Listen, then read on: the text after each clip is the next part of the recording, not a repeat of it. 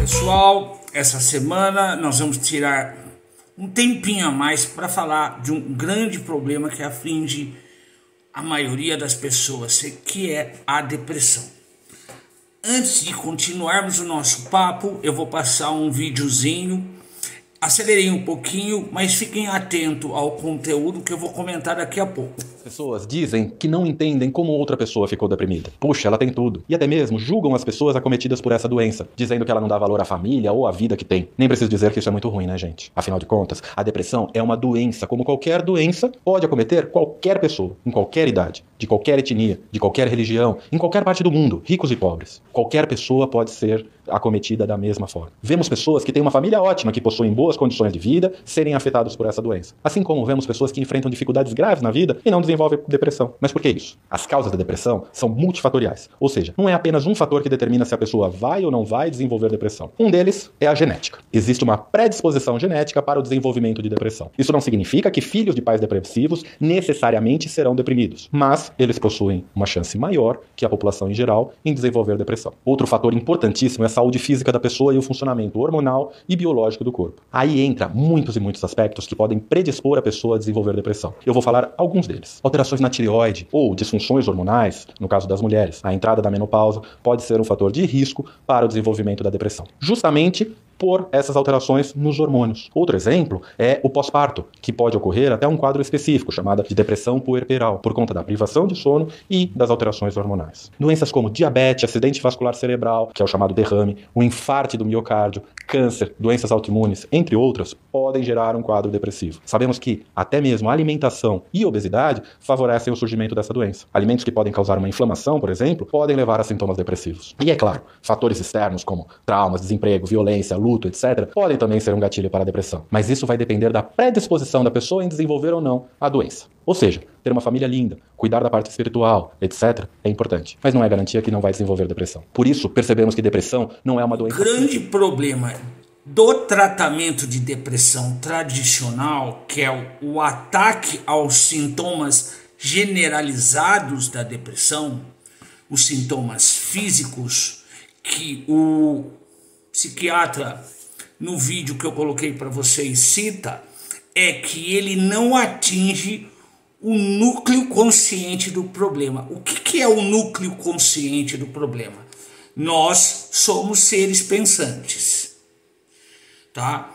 E uma depressão, quando nos atinge, ela nos faz, num primeiro momento, ser fruto de um ataque de sintomas, em que os sintomas, eles vão fazer com que o meu pensamento consciente fique confuso. Mas se você parar um pouquinho para pensar, você vai perceber que quando uma pessoa é atingida numa crise depressiva violenta, existe um gatilho funcional em relação a algo que ela vivencia naquela realidade imediata. Vou tentar ser mais claro.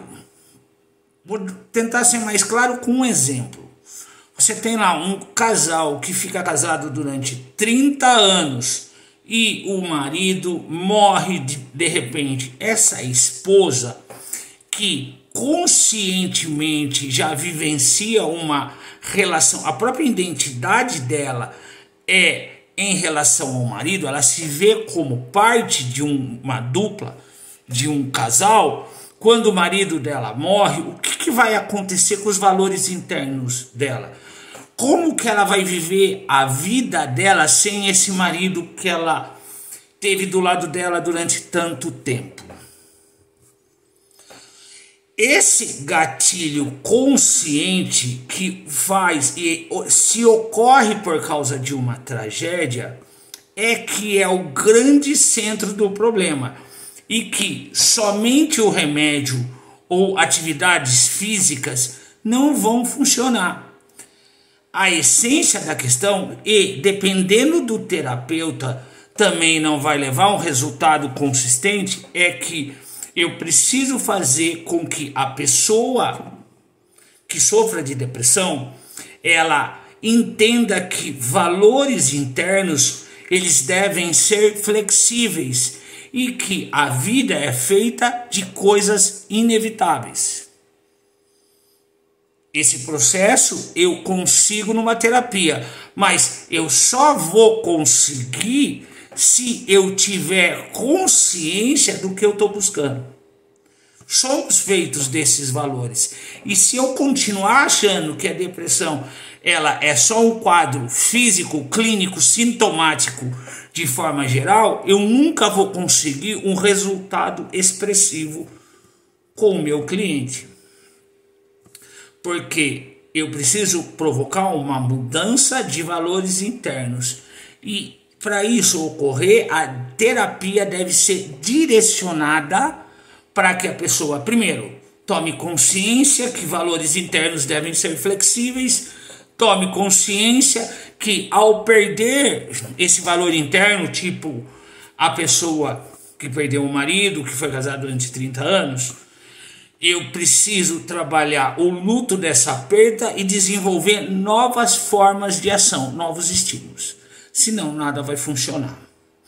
Bem, esse é o vídeo de hoje. Gostaria de comentários sobre depressão, comentários ou casos, se vocês tiverem alguma coisa que quiserem colocar para mim, para a gente desenvolver essa discussão durante a semana toda.